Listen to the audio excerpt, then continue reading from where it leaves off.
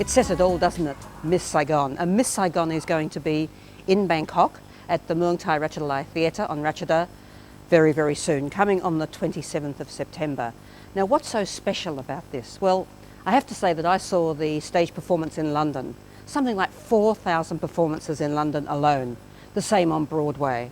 And in Thailand, it's going to be put together by Kun Takonkiet Virawan or Kun Boy. It's something that he has a passion for, a dream. You can't miss it. And for the foreigners watching the program, expats, subtitles in English. So book now and you won't be disappointed.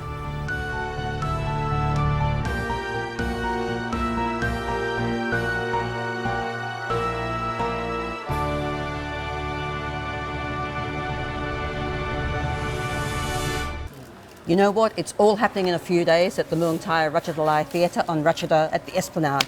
What's happening? Well, the start of Miss Saigon. For those of you who haven't seen it, it's a must. Now, for our foreigners watching the program, for those of you living in Thailand and saying, I want to see it but it's in Thai, you don't have to fear. It has English subtitles, so there's no excuse not to go. And if you haven't been to the Muang Thai Ratchathai Theatre, you're missing something because it's a great theatre. You feel so close and it's so embracing. The gentleman behind this, Kun Boy Virawan, in fact, has joined us to talk about why he chose Miss Saigon and maybe the challenges faced in getting the actors, the singers, the dancers together. Kun Boy, very nice to see you again. Hello. And also to say, why Miss Saigon? Why did you choose Miss Saigon? Well, with the international shows, international musicals that is around the world, I think Miss Saigon is the one that would touch the Thai audience's heart most. It's you know when I see shows, when I see musicals since I was a kid, I would have to be like the guide for my family or my friends. You know, which show Which one will I watch? Which one should we watch? And, you know, and stuff like that. And because I'd seen a lot. But I would have in mind that, oh, this show, my friends wouldn't like it. This show, oh, it's a must for this one and stuff like that. Maybe this show, it's too theater oriented, you wouldn't like it. But for Miss Saigon, it's got all the elements that the Thais would love. And it also has a scene, of course, in Thailand. Yes. So, I mean, that's also... The second act is in Bangkok. So right. I think that's really very special too. Right. Of course, this has actually been performed in, I think, Broadway, in fact, and in London. There was over 4,000 performances, which is each. They're saying all over the world now it's like more than 20,000 Oh my goodness. And that's like something like about 20, I might have this the wrong way around, but it's like 27 companies in 25 countries. Or something like that, yeah. So you had to adapt the Thai language Right. to Miss Saigon for the Right. Thai audience. How difficult? It was a challenge. But the person who adapted for us has been wonderful. He had done a lot of the Disney films, Disney cartoons, okay. and he did La Cage aux Folles for us Yes. A few years ago. And for Miss Saigon, in the beginning it was just, oh my God, it was so difficult because of the language setup. But once we got through that first frontier of what the world of Miss Saigon was and all that. You know, the setup of the greatest love stories with the setup of the Vietnam War, and it's the epic love story. Once we got through all that and we found the heart of it, it just went through like you wouldn't believe. Wow, that's great. For some of the songs, like I Swear I'd Give My Life for You, it would be ชีวิตนี้ยอมพลีได้เพื่อเธอ You know, if you add up all of that and it fits the notes. And it fits notes. That's one of the things we were talking about, because when you actually translate into Thai, it's so much longer. It's like, how do you put it together? Exactly. And it fits. It fits. And it fits. And it's got the emotions that you need for Miss Saigon. Maybe some references we had to change because the Thais wouldn't understand. Okay. Maybe references of Fred Astaire. You know, Yes, sure. The Thai audience. Say, who's Fred Astaire? Not too, you know. But it's true, isn't it? I mean, people wouldn't necessarily know. This is something that when you actually agree to do this, you obviously have to pay a royalty, I would suppose, and you also have to comply exactly with the format and the formula and the whole concept. Does that mean that somebody from the holding company comes here to watch the performance, to check everything? I mean, it's quite a costly activity, isn't it? Right. I think we were so honored to have Cameron McIntosh stamp the approval for us to do The Time is Saigon. But he looked at our past records, he looked at our past shows, our credits and all that. I had been in conversation with Cameron for, gosh, so many years. I think I first met him almost about 10 years ago. Oh, okay. And then we started talking to his assistants, his staff, and talking about the possibility of how do I bring Miss Saigon over for the Thai audience to see. We were first thinking of the English language production. Limited, of course, right? In terms of the viewers, actual viewers, right. yeah. And but we didn't have a theater then. At that time. So it was impossible. And then when we had our theater, there was no productions of Miss Saigon coming around our way. So a couple of years ago, I just had this idea, and I just said, you know, with the people that we have been developing, we have developed over the years, I think we can do it. All of a sudden, it all why came not? together. I think we can do it in Thai, and then I reapproached them and said, look, how do you feel about doing a Thai production of Miss Saigon in Thai using Thai actors? And they said, okay, let's look at it from a different angle now.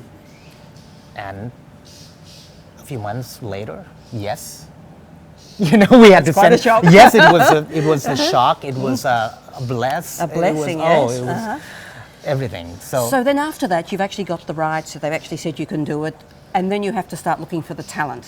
Right. Now, because you have regular performances, obviously you have tapped on talent. But when you're trying to combine for a musical and a international musical, how much more difficult is that? Well, especially with this show, with Miss Saigon, the singing is vital. Yeah, it sure is. We were talking about that inside. Because the songs are so difficult, much more difficult than any other things that we had done. You know, the lower notes would be so low, the higher notes It's would be so so high. high, and the very wide range of notes, and the emotions behind it and everything. So we looked for people who had been in our shows, our past shows, and we got some interest from people who were, you know, the great singers of Thailand, who said that I'd like to audition. Really? Yeah, and I said, really? Exactly. And to my surprise, Ben Chalatit, he's one of the great singers of Thailand.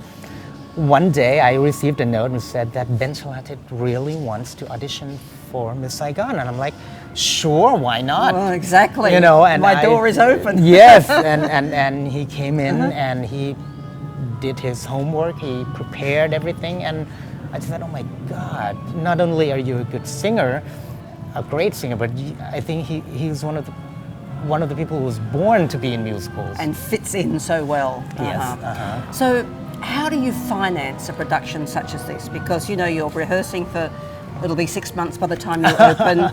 You've got a cast of, I won't say thousands, but you've got quite a large cast and a large management, direction team, choreographers and the like. How do you finance it? It's not just surely it's not just what you get when people come through the door to sit in the theatre. It is actually just that. And it is. With a few sponsorship, but that's Limited. that's not the essential part. The essential part would be the ticket buyers. So how many seats do you have to sell? I'm curious about this. To recover your costs? Ooh. How many performances? Don't worry about seats. How many performances? I would say we would have to do more than 30 performances. a little bit more than 30 performances to cover. Wow. the cost. So that's not going to be a problem, I wouldn't think. Well, no. Who knows? you never know. More than 30, maybe 35 or something like that. Yeah, so it's a huge investment, really. It is. It is. How do you actually keep it's the same everywhere, of course, but how do you keep the cast motivated day after day, 8 hours a day of rehearsing, so that when they actually get to the performance, they do their very best? Or is it that the audience say, here we are, we're going to perform our best for the audience? What is it? That is something that we have to find for every show. Oh, sure, not just this one, certainly. Definitely. During the rehearsals, how to get them into their characters and have them think and feel as the characters and not as themselves. And so that when they're actually, the show actually is going on, you think and feel as the characters and you live every moment as if it's new. Basically, you've got to live, eat, sleep, and breathe Yes, the part that you're playing. That is I think that is the difficulty of live theater, the challenge of live theater, and the beauty of live theater, which is no performance is ever the same. That's true.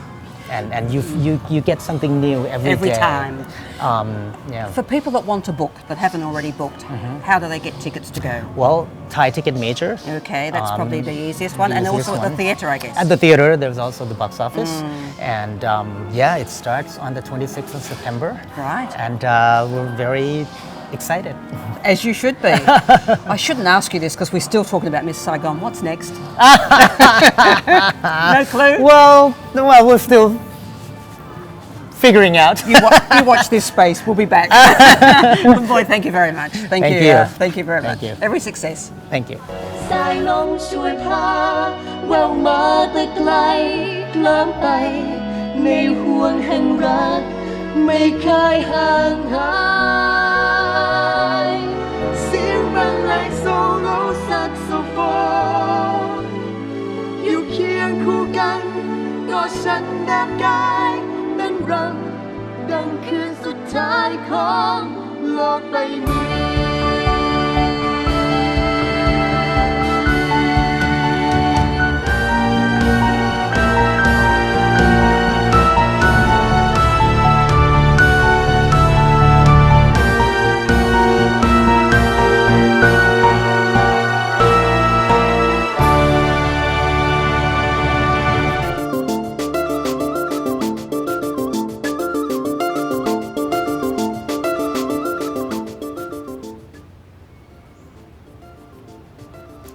Sawadika, this is the Thai way. I'm Bon Jacobsen. Have you ever noticed those miniature houses in front of every house and building in Thailand?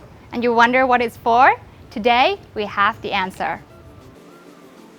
Now, the importance of the spirit house cannot be underestimated or has to be very respected.